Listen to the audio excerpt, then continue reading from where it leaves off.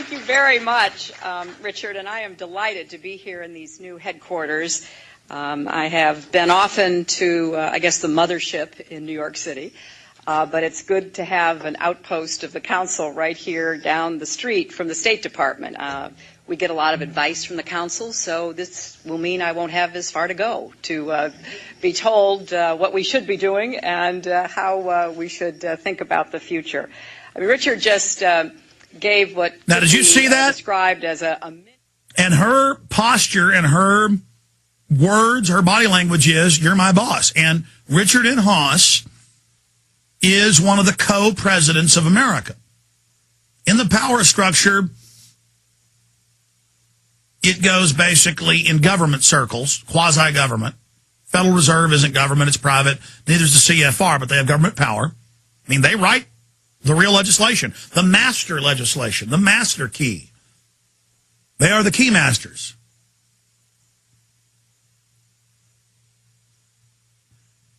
Ben Bernanke, then under him, Treasury Secretary Geithner, under him, Richard Inhofe, and then advising all three of those posts is the Trilateral Commission chairman. And then when you go to a CFR meeting to cover it, it's the heads of the CFR, head of the Trilateral Commission, head of the Royal Institute of International Affairs, the heads of the world's major roundtable groups from the top 15, 20 governments are all there. The G8's there. These are the guys. It's real funny. These guys have stolen 20-plus trillion in the last 9 months, and it's funny to them. And they're going to tax your toilet paper. They're going to tax beef, ice cream, your house, home inspections, youth brigades. And they're arming up, folks. These people are killers. Zbigniew Brzezinski, one of their chief advisors, wrote a book 2 years ago bragging that his government under Nixon funded Pol Pot that killed 3 million people, or 30% of Cambodia. They'll pull a trigger on you in a minute. They're funding and writing. The CFR writes the plans for coups in third world countries. This is a gang of murdering crooks. Now, there's over 4,000 members of the CFR now. The top 300 or so are murdering crooks. And Angelina Jolie or somebody, she's going to join it for whatever reasons. Doesn't look good, though. It's good to be back at the Council on Foreign Relations. As Pete mentioned, I've been a member for a long time and was actually a director for some period of time. I never mentioned that when I was campaigning for re-election back home in Wyoming. Isn't it funny? The slaves. Oh, God, we're robbing them. We put out MIAC reports to the cops saying they're terrorists if they talk about us.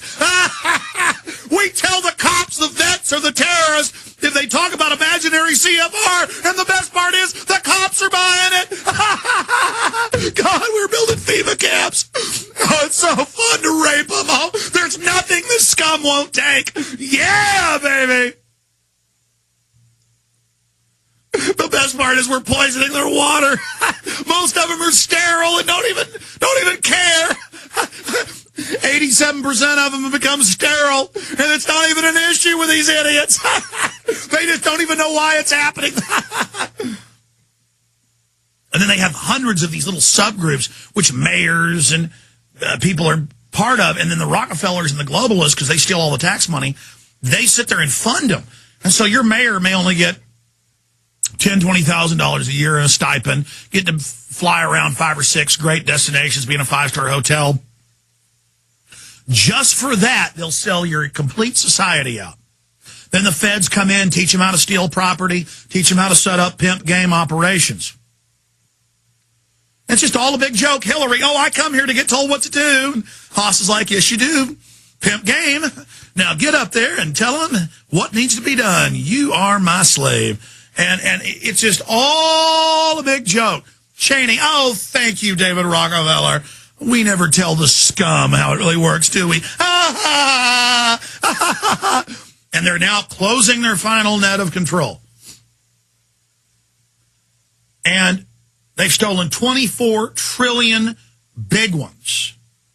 24 trillion big ones. And when we get back, I'm going to play that clip for you. Cost of bailout hits a whopping $24 trillion. Paul Joseph Watson, 24 trill. Now, 3 months ago, it was 14.8. What does this mean that it's now 24 trill? If you do the math, they are accelerating the stealing. That's 8.8 trill they've stolen in just 2.5, 3 months.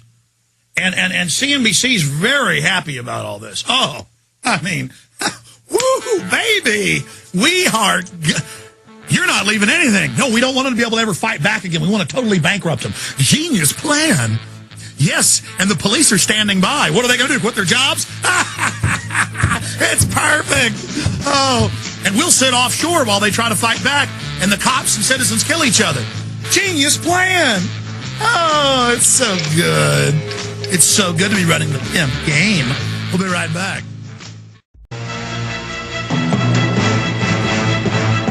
Okay, I'm going to continue with these video clips, breaking them down.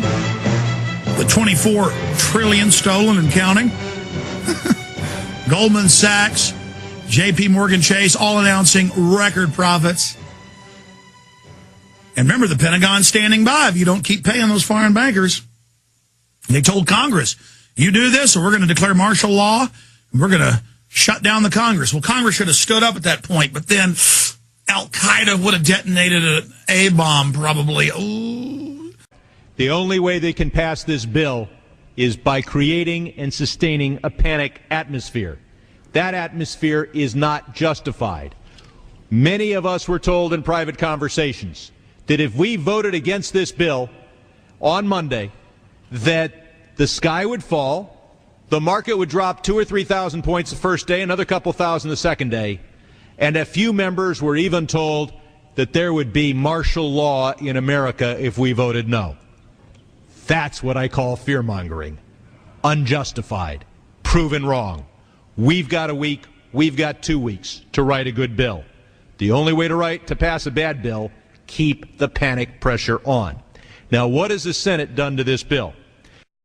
See, the Congress knows they're dealing with major-level gangsters. Oh, you didn't give the bankers power. Oh, Al-Qaeda hit. Al-Qaeda hit Washington. The executive hates having to set up a dictatorship now. The continuity of government system just hates power. That's why they're in power and control, because they don't like to wield power, because they're not ruthless, because they're real nice and limp-wristed. And that's not just my opinion. The British 10-year Ministry of Defense perspective in 2007 said that Western governments would simply neutron bomb any citizen group that tried to take over the Capitol or 10 Downing Street. If you ever try to have a revolution, they're just going to drop weapons on you. And if the Congress ever tries it, they're going to kill them. But the good news is we're going to take over the counties and the cities, and the idea of liberty is going to take over. You can't have one frontal assault, one battle with these people. Their whole architecture is built around defeating that. But they cannot stop you. You are immovable. You are inexorable. You are the unstoppable, terrible force when you just decide to hand out DVDs and call into radio shows and go speak before city council and say no to bureaucrats and expose them. Just all of us doing it's just an unstoppable will, just taking the enemy and going, just terminate them in the info war. Because they have to have your broken spirit, your broke-back attitude for them to be able to succeed. They've got to have you capitulate to them. Well, don't capitulate.